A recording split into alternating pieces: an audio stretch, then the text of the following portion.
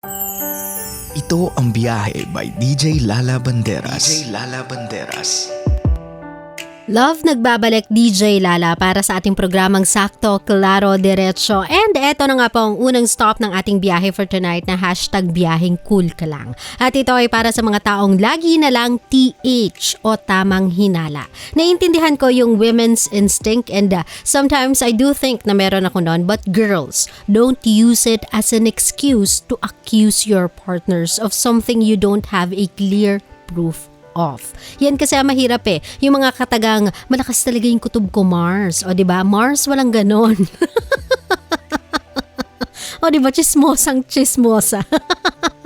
Pero that's true eh, di ba? Minsan kasi kung ano yung iniisip natin lagi, yun din yung naa-attract at nakikita ng mata natin. Anything remotely close sa hinala natin, ginagawa na nating absolute truth and ang ending, if hindi ba ngayon, diretsyo na sa hiwalayan.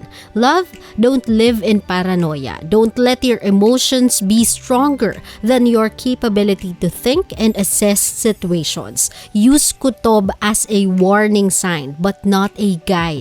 Let it be a constant reminder sa'yo to love your partner unconditionally, and if he still chooses to cheat on you, then wala kang pagsisisihan sa huli.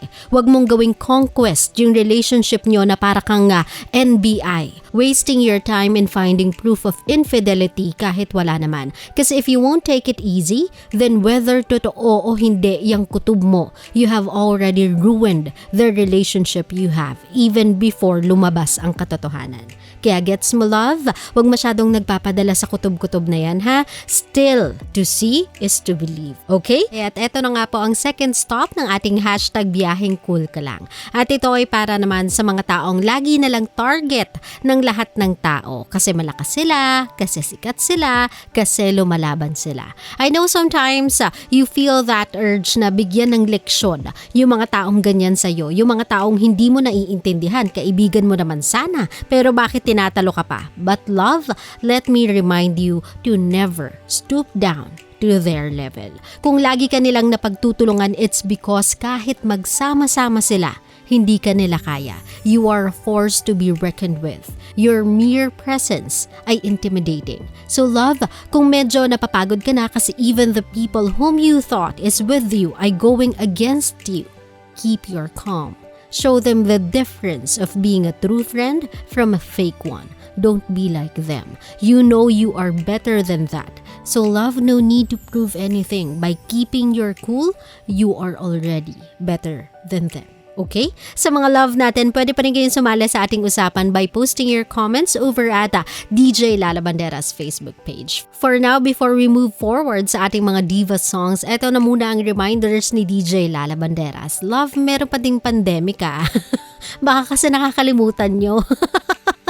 Naglilipanan na kayo kung saan-saan, utang na loob. Kung hindi naman importante ang paglabas-labas na yan, just be at home. Just stay at home, okay? This is the help you can do for your community, for your family, and for the country. If it's unimportant, just stay at home. Kaya please, cooperate. Please, tiis-tiis muna. Please, wag magpasaway, okay? At ito na nga po ang last stop ng ating biyahe for tonight na #biyaheng cool ka lang, at ito ay para sa mga kabisyo nating keyboard warriors. Love, keep your cool. Not everything is a personal attack or not everything is pertaining to you. Ngayon, kung tinatamaan ka sa post ng iba, don't and never assume na it's you. Kasi the moment na lumaban ka or nag-engage ka sa argument na yon, alam mo na, talo ka. Be smart and just walk away. Sabi nga nila, di ba, the baddest revenge you can possibly do to someone is to give them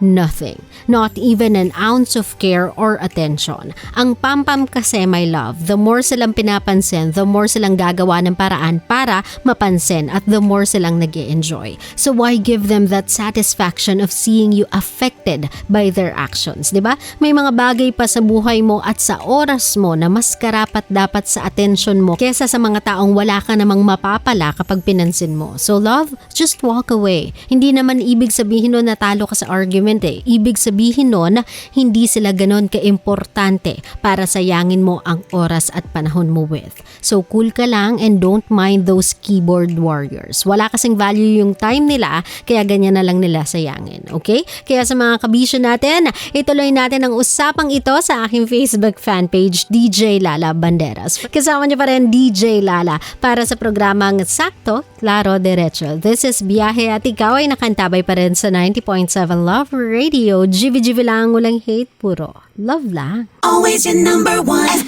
SM radio station. Love Radio. Love, kung natuwa ka sa aming video, i-click mo na yung subscribe button at yung notification bell para naman notified ka sa mga bago naming videos.